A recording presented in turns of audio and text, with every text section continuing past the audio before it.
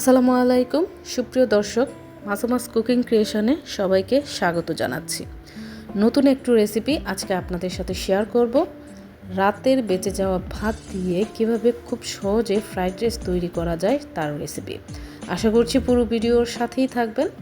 ঝটপট তৈরি করার সহজ ট্রিক্স। তো তার জন্য আমি একটি ফ্রাই প্যানে 1/3 কাপ সয়াবিন তেল নিয়েছি। সয়াবিন তেল নিয়ে এতে 2 টেবিল চামচ পেঁয়াজ কুচি আর 2 টেবিল চামচ রসুন কুচি দিয়ে ভালোভাবে ব্রাউন কালার করে ভেজে নিয়েছি। তারপর এখানে ইচ্ছে মতো সবজি অ্যাড করে দিচ্ছি। আপনারা আপনাদের ইচ্ছে মতো সবজি ব্যবহার করতে পারেন। আমি এখানে আমার ইচ্ছে মতো সবজিটা ব্যবহার করেছি। তো প্রথমে আমি গাজরটা দিয়ে দিয়েছি। গাজরটা সিদ্ধ হতে চায় না, তো এই জন্য আমি গাজরটা প্রথমে ভালোভাবে ভেজে নিচ্ছি। অবশ্যই চেষ্টা করবেন হাই হিটে রেখেই সবজিগুলোকে ভাজার জন্য, তা না হলে সবজির কালারগুলো নষ্ট হয়ে যেতে পারে। তো সেটা খেয়াল রাখবেন অবশ্যই। তো আমি পরবর্তীতে অ্যাড করে দিয়েছি মটরশুঁটি। ভালোভাবে নেড়েচেড়ে আমি সব ধরনের সবজিগুলো এখানে দিয়ে দিচ্ছি, দিয়ে ভালোভাবে নেড়েচেড়ে নিচ্ছি।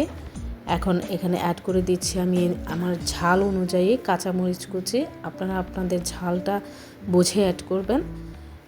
এখানে দিয়ে দিচ্ছি আমি ফ্রাইড রাইসের মশলা, দিয়ে ভালোভাবে নেড়েচেড়ে একটা সাইডে রেখে আমি 2টা ডিম ভেঙে ভেজে নিচ্ছি।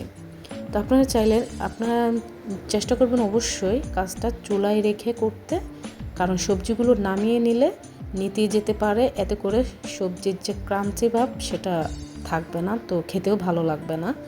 তো আমি ডিমটা ভেজে নিচ্ছি, সামান্য গোলমরিচ আর পরিমাণ মতো লবণ দিয়ে ডিমটাকে আমি ভালোভাবে ভেজে নিচ্ছি।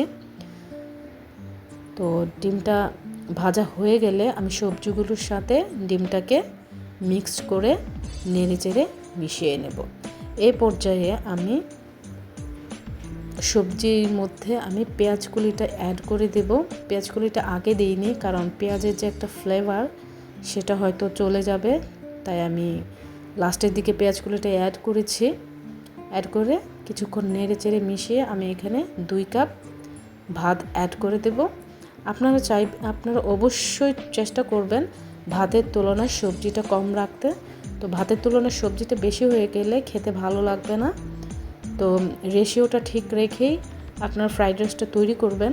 তো আমি এই পর্যায়ে দিয়ে দিয়েছি 2 টেবিল চামচ টমেটো সস আর 1 চামচ সয়া সস দিয়ে ভালোভাবে নেড়েচেড়ে মিশিয়ে নিলেই আমাদের ফ্রাইড রাইস তৈরি। আমি 4 মিনিটের মতো রান্না করে নিয়েছি। দেখলেনই তো বেঁচে যাওয়া বাসি ভাত দিয়ে কত সহজে ফ্রাইড রাইস তৈরি করা যায়। খেতেও কিন্তু অতুলনীয় হয়। আমরা যে পোলাও চাল দিয়ে ফ্রাইড রাইস তৈরি করি, সে ফ্রাইড রাইস থেকে কিন্তু এই ফ্রাইড রাইসটাও কম মজার হয় না।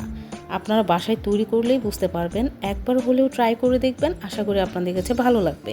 সকাল কিংবা সন্ধ্যায় ঝটপট রেসিপিটি তৈরি করে নিতে পারেন। রেসিপিটি আপনাদের কাছে কেমন লাগলো কমেন্ট করে জানাতে ভুলবেন না। রেসিপি যদি ভালো লাগে লাইক কমেন্ট শেয়ার করে সাথেই থাকবেন। রেসিপিটি দেখার জন্য সবাইকে ধন্যবাদ। আল্লাহ হাফেজ।